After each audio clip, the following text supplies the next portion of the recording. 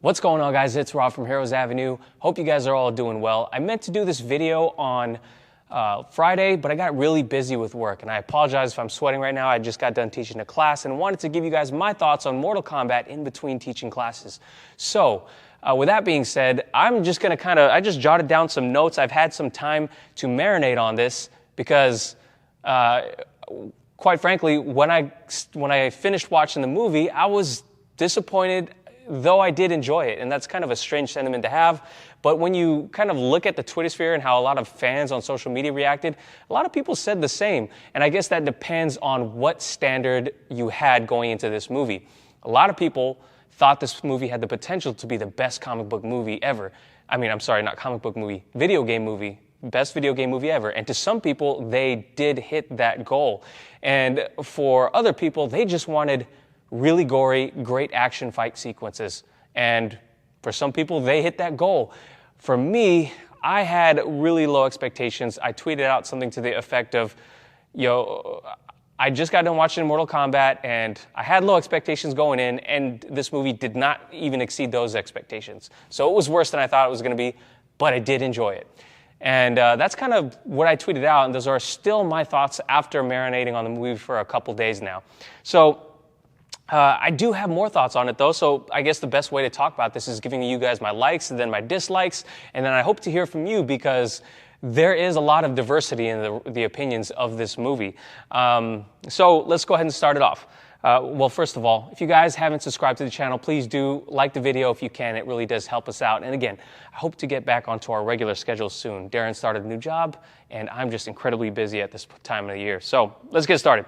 Likes, the introduction, the first 7 minutes of the movie. There's no question why they released these first 7 minutes early. Is because it's the best part of the movie, the most cinematic feeling, the most, well, I guess it depends on the person, but this raised the most emotions out of me, especially establishing the rivalry between Scorpion and Sub-Zero. And I loved how it started in Japan in 1617. That was just crazy. And, with the budget they had, I think they did this really well. They had a huge budget than I imagined. They could have shown why these clans are rivals. And maybe they'll do that in the future, because I've seen a lot of animated things that really go into that and that are really, really awesome. So I hope to have this fleshed out in the inevitable sequel. And I guess I'm answering the question of this thumbnail a little bit early. Should we get a sequel? First of all, yes, I think we should. But there's going to be a lot of changes that need to be made. So Scorpion and Sub-Zero obviously were the best part of this movie. And spoilers if you haven't seen the movie already, because I'm going to talk about spoilers. The end fight sequence is probably the best fight sequence between Sub-Zero and Scorpion. Still not the best way to bring Scorpion back from the dead. I think it wasn't very clear, and I don't think it needed to be clear for a lot of people. But I just wish, there was I think ways to explain how he comes back from the dead, or the kind of nether realm or whatever. And I think they could have been handled a little bit more smoothly. But other than that, Sub-Zero was great. Scorpion was great, and just the two actors that play these characters are just, they're awesome, and I hope to see more of them in some form or fashion going forward. So Sub-Zero, Scorpion, I think that's probably a lot of people's favorite part of the movie. The other aspect I really like is the fact that the concept of the Arcana is, if I'm remembering it correctly, and that's basically finding their hidden powers, and it was just a way for them to, the filmmakers, to explain the fact that these people have powers. This symbol on that gets etched into you as you kill someone with the Mortal Kombat tattoo or sign or birthmark. It was a way for them to establish why people have these powers, and I really like that. And I don't know necessarily if this was really explained in the games or not, because I only got so far. I think I got up to Deadly Alliance, and I don't remember them ever explaining how these characters and these seemingly humans have powers. So I thought that was really cool. And the training sequences to find that Arcana, I thought that was cool too. So that was one thing that I really liked. Kano, surprisingly, one of my least favorite characters of the Mortal Kombat franchise, became one of my favorite parts of this movie. He he just kind of brought levity to all the incredibly serious or sometimes goofy scenes with dialogue or goofy dialogue in the movie. And there's a lot of goofy dialogue, including Kano's himself. But the character just is so charismatic, and the person who brought him to life, I forget the actor's name, but he just did such a great job in providing that needed levity to the movie. So Kano, he was great, and I'm kind of sad that he's gone, because going forward, they're going to need another character. Maybe it's going to be Johnny Cage. We got a hint of Johnny Cage towards the end there, but maybe it'll be Johnny Cage. What I also liked was the hints towards the bigger universe. Of course, we knew that they got a small budget, and with them having a small budget, they didn't get to include everything. They did give us a lot, but they didn't get to include everything they may have wanted. So I think hints towards a bigger universe was really cool. So we got a hint of Night Wolf, of course, Johnny Cage. I think Shao Kahn, of course. I think they hinted at Shao Kahn as well, and Katana with the blades in the background or the fans in the background. They may have hinted at more. If I missed any, let me know what I missed in the comments down below. And I just like the potential of this movie. This is the last thing. The potential of this movie. It had the potential to be so great, and I think it still has the potential to be really great, a really great franchise. Because there's a lot of great things in there.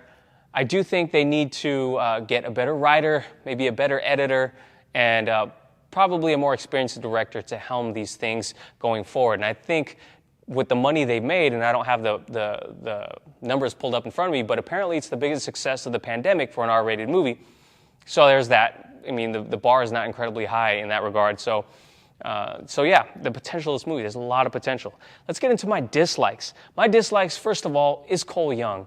Louis Tan, I like him. I like him as an ambassador for the movie. I like him as the martial artist that he is. I don't like him as the character. It seemed very generic. It didn't really work for me. His delivery for a lot of the lines was not the best. Again, it's a Mortal Kombat movie, not looking for world-class dialogue or anything like that. But I didn't even like his aesthetic as a character when he got his Akana, his powers. And I just thought it was pretty whack. That's just me. His look just did not feel like it belonged in the Mortal Kombat universe. And of course, he is a new character, not a part of the Mortal Kombat video games at all. So I didn't mind that they used a new character to bring us into this world, but I just didn't think it worked all that well. So going forward, Cole Young, I mean, if you're going to keep him, and you're probably going to keep him, you got to do more with him and upgrade his suit, please. The dialogue of the movie, of course, was incredibly cheesy. I don't think it was that hard to incorporate some of the lines in the Mortal Kombat games. I think that satisfied a lot of people, and that was their standard. That was the bar that this movie had to hit. And again, the low standard for a lot of people. But I just thought the dialogue was atrocious at many points in the movie, and I didn't think it needed to be. I think in some scenes they could have really added some great storytelling, and they used a lot of the dialogue to explain the movie. And that's one of the things with movies is it's a visual thing. You're supposed to show, not tell, and they did a lot of telling, and I don't think they even did the best job of that, especially with the lore. And I think there's a lot more they can improve. But again, that's just one of my dislikes. The other thing is the editing of the movie. A lot of cutscenes. I'm sure you've seen a lot of people talk about that, so I won't go into that too much. But I thought the fighting was just okay, to be honest. The fighting wasn't as crazy as I thought it was. Now, don't get me wrong, the fatalities and the effects and the powers were great, but the regular fighting portions were just okay. And I think going forward, these guys need to get, maybe they need to get the fight choreographers from the Raid movies or something to be a part of this, because that movie, I'm sure, was not the highest budget in the world, but they were able to create some amazing fight scenes. So I think that could really improve going forward. And lastly, the thing that I'm disappointed with, but it has been addressed by the writer of the movie, is that there was no actual tournament. I really prefer the 1995 version of this movie over this movie by miles. And I know a lot of people are going to disagree with me. But that's just my feelings on it. I love that tournament aspect. I love that the movie slowed down at points to really, kind of develop the characters a little bit more. There was no character development almost at all for a lot of these characters. It was just quick one-liners that explained to you some of their backstory, and kind of that's it. So I think, again, there's potential, but that's going back to my likes. There's potential to expand this universe out, and I think with a more experienced film director and writer, they could really do that easily. So I'm really curious to know what you guys think about this movie. What did you think about Mortal Kombat? It's really mixed as far as I've seen on Twitter. So let me know your thoughts in the comments down below. Thank you guys for watching. Please like the video, subscribe to the channel if you haven't already. I'll catch you guys later. Peace.